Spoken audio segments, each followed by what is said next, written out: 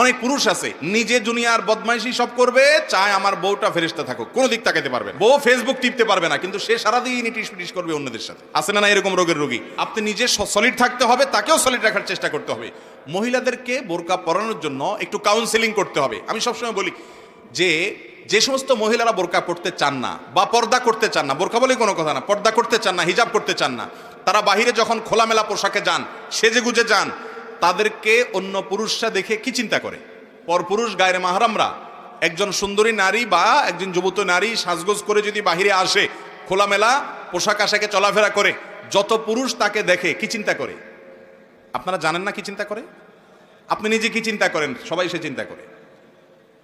কথা ঠিক বলছি না? আল্লাহ তাআলা এটা সৃষ্টিগতভাবে এভাবে করেছেন। আপনি যদি বলেন না না হুজুর আস্তাগফিরুল্লাহ, তবা আমার মনে কোনো বাজে চিন্তা আসে না, তাহলে হয় আপনি অসুস্থ আর নাহলে মিথ্যুক। হয় আপনার ডাক্তার দেখানো দরকার, আপনার শরীরে সমস্যা আছে, আর না হয় আপনি মিথ্যুক। 3 নম্বরটা হওয়ার কোনো সম্ভাবনা নাই।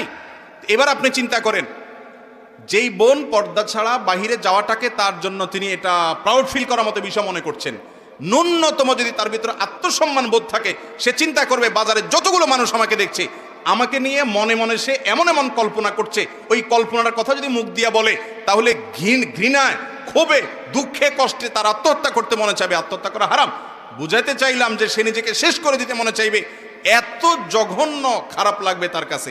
অথচ সেই মানুষটাই যখন দেখে বলে আপা অনেক সুন্দর লাগছে, ভাবি অনেক সুন্দর লাগছে, ওই মহিলা মিটমিট করে হেসে ওইটাকে অ্যাপ্রিসিয়েট নিচ্ছে, সেটাকে গ্রহণ করছে। সে জানে না যে ওই সুন্দর লাগা কথার যে বলছে, তার মনে বাজে কল্পনা আসবে।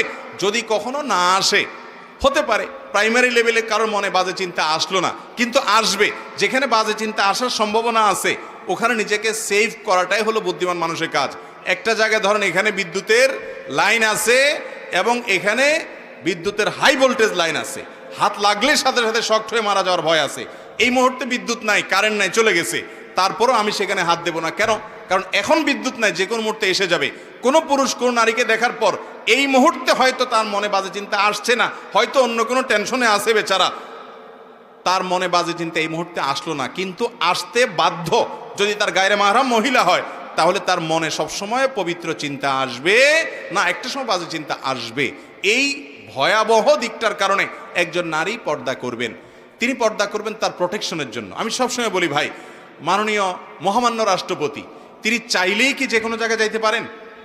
যদি আমাদের মহামান্য রাষ্ট্রপতি প্রায় সময় মজা করে বলেন যে একটা ডিম আমাকে খাইতে দিলে ডাক্তাররা এবং যারা দায়িত্বশীল আছেন আমার নিরাপত্তার জন্য, এরা খেতে খেতে খেতে খেতে চেক করতে করতে আমার কাছে এসে অল্প একটু টিকে কোনো রকম। উনি প্রায় সময় মজা করে রসিকতা করে বলেন। উনি যদি বলেন যে তোমরা সব ছড়ো, আমার আশপাশে কোনো সেফটি লাগবে না, আমি একটু কারওয়ান বাজার গিয়ে মন মতো একটু বাজার করব, দিবে তাকে কেউ? কেন দিবে না? কারণ তার নিরাপত্তা বিঘ্নিত হবে। আল্লাহ তাআলা মেয়েদেরকে পর্দার বিধান দিয়েছেন তাদের নিরাপত্তার জন্য।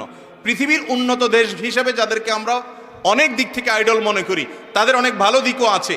সেই ইউরোপিয়ান পশ্চিমা দেশগুলোতে মহিলারা, পুরুষরা সবাই উচ্চশিক্ষিত, তথাকথিত সভ্য, ভদ্র, অনেক দিক থেকে আমাদের চাইতে ভালো।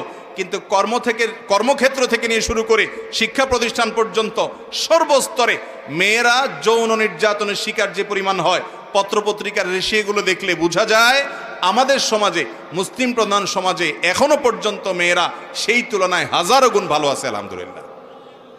এর মূল কারণ হলো পর্দা।